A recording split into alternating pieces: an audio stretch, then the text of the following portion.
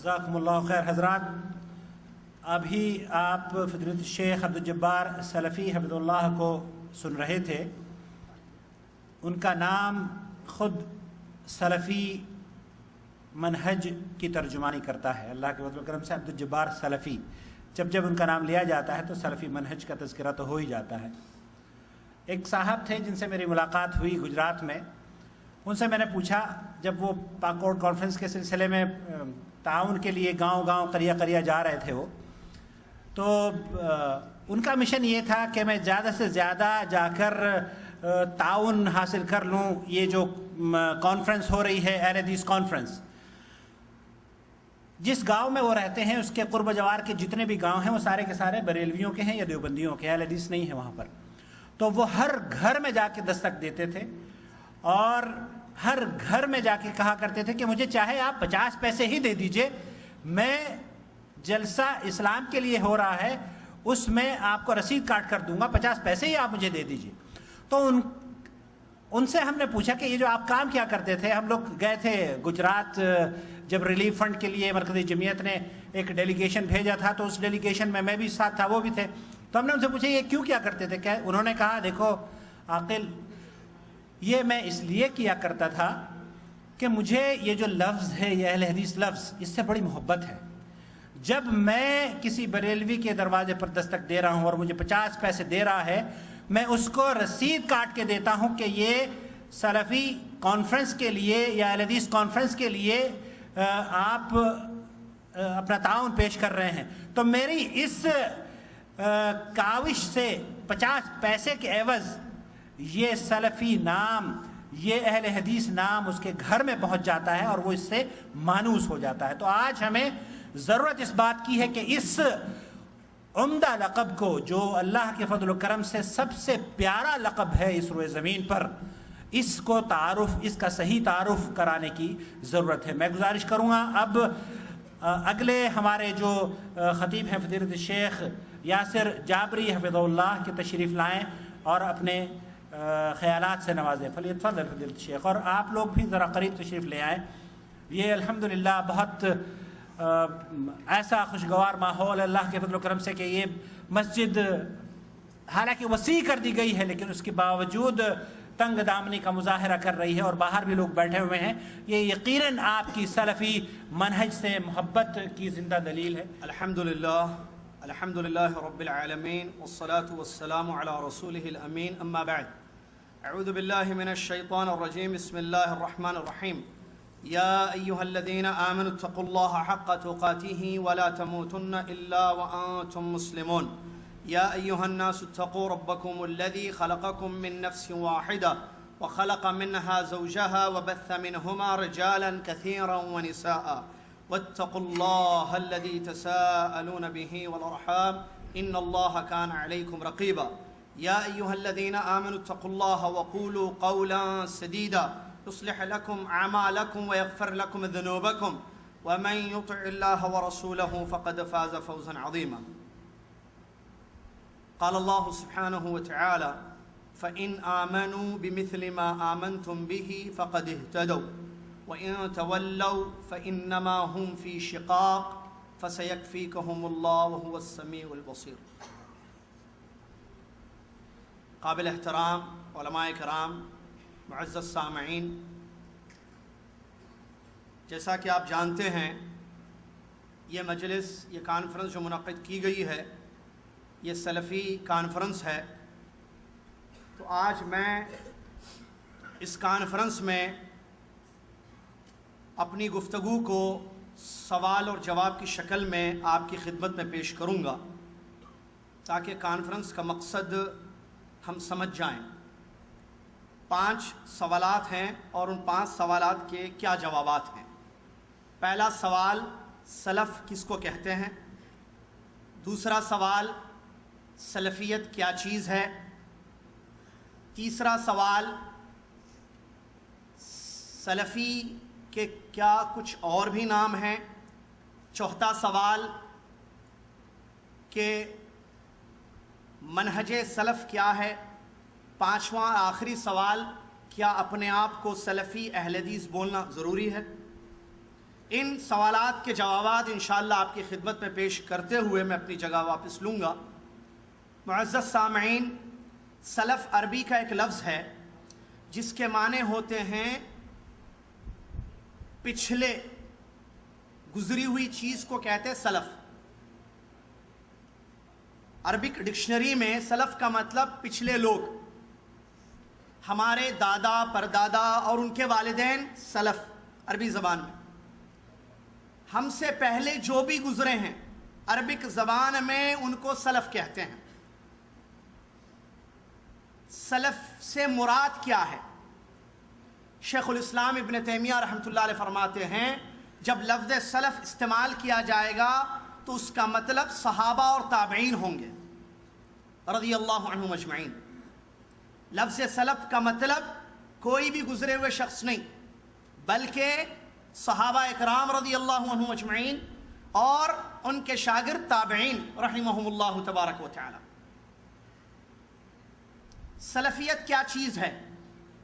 اگلا سوال، سلفیت کا مطلب اللہ رب العالمین کی کتاب قرآن مجید کو اور اللہ کے نبی محمد صلی اللہ علیہ وسلم کی حدیثوں کو ویسے سمجھنا جیسے سلف صالحین نے سمجھا ہے، اس کو کہتے ہیں سلفیت۔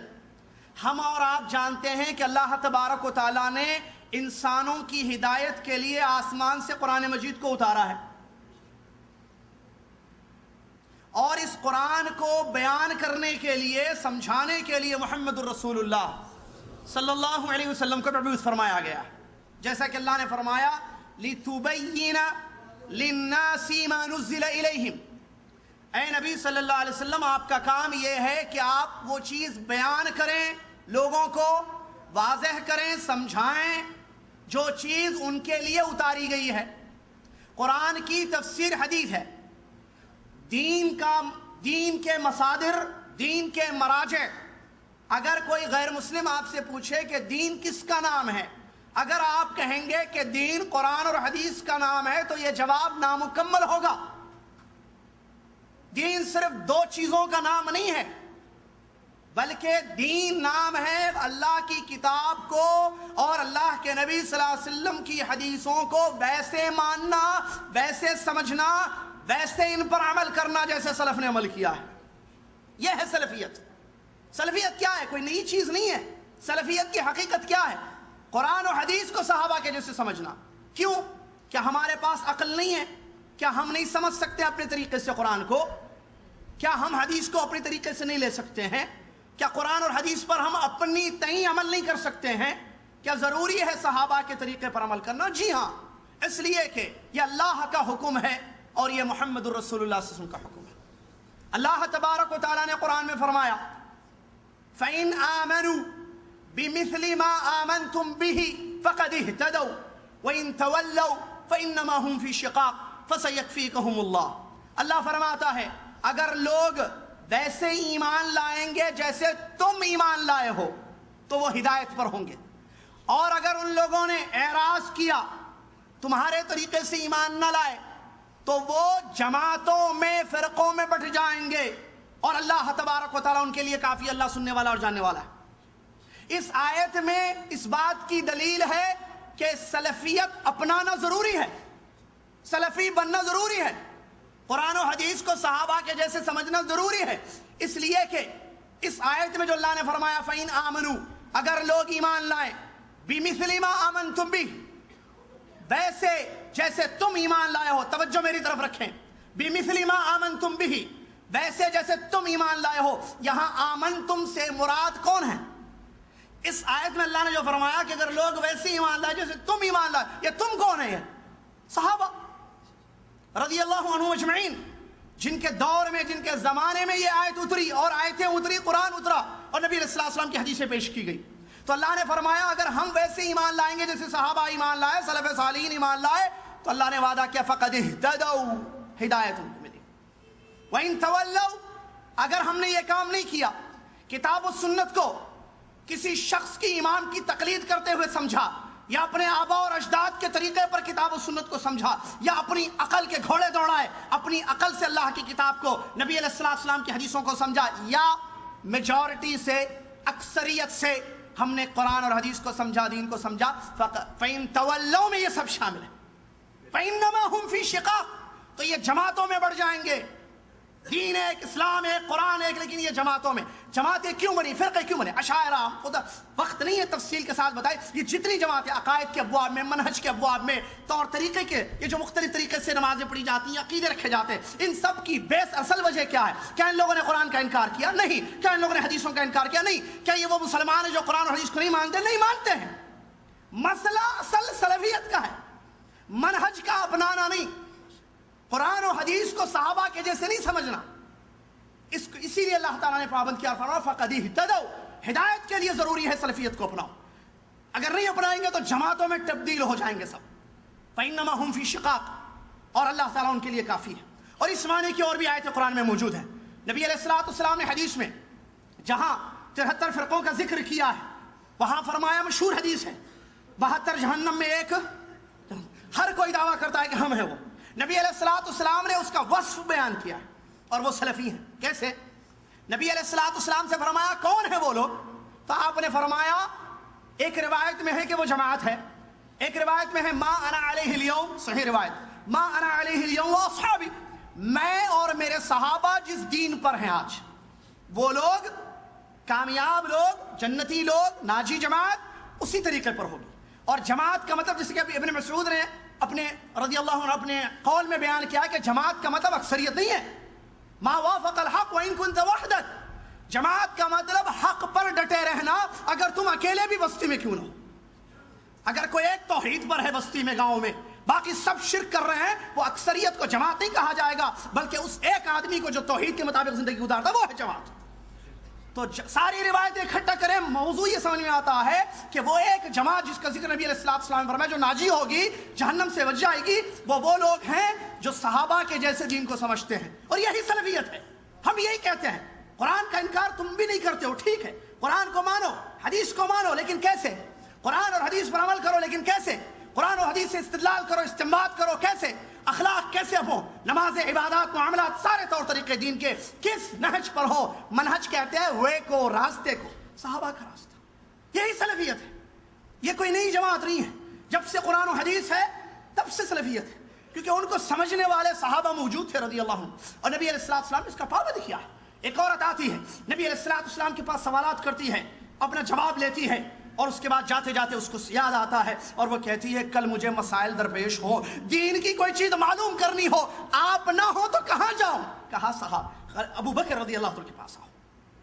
یہ اور اس جیسی بہت ساری حدیثیں جو اس مفہوم کو سمجھاتی ہیں کہ سلفیت اس چیز کا نام ہے کہ انسان کتاب و سنت کو صحابہ کے جیسے سمجھے.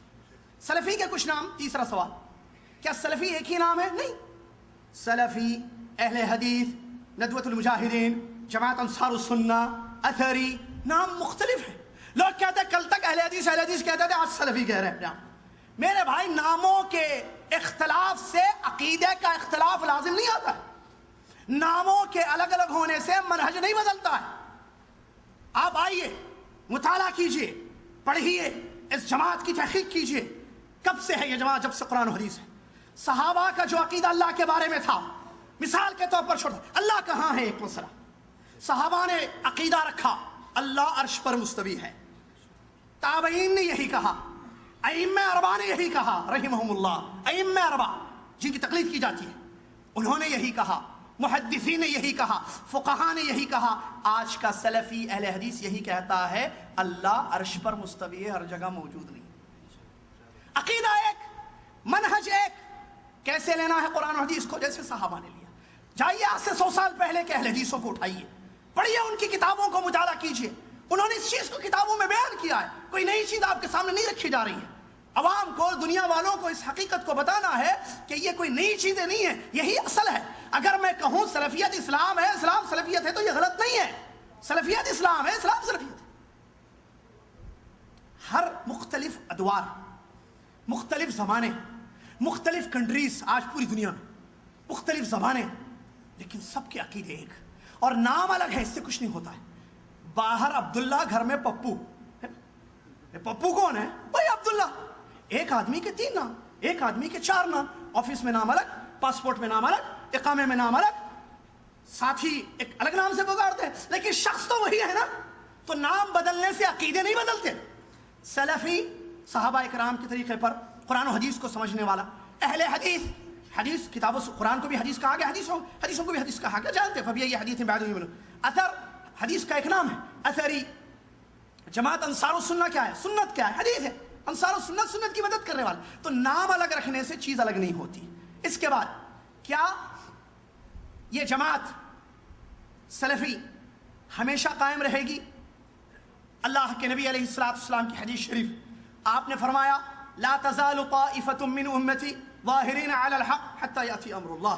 میری جماعت کی, میری امت کی ایک جماعت حق پر ڈٹی رہے گی یہاں تک کہ اللہ کا حکم آئے گا. یعنی قیامت تک, شروع سے ہیں اور آخر تک رہیں گے. یہ اللہ کے نبی علیہ السلام کی پیشین ہوئی. طائفہ کہا, عربی زبان میں طائفہ ایک جماعت کو کہتے ہیں, اس کی جمع طوائف ہے. طائفہ ایک جماعت. آپ نے 50 جماعتوں کا ذکر نہیں کیا ہے, ایک جماعت. اور ما انا علیہ اصحابی دوسری تفسیر. کون ہے وہ لوگ؟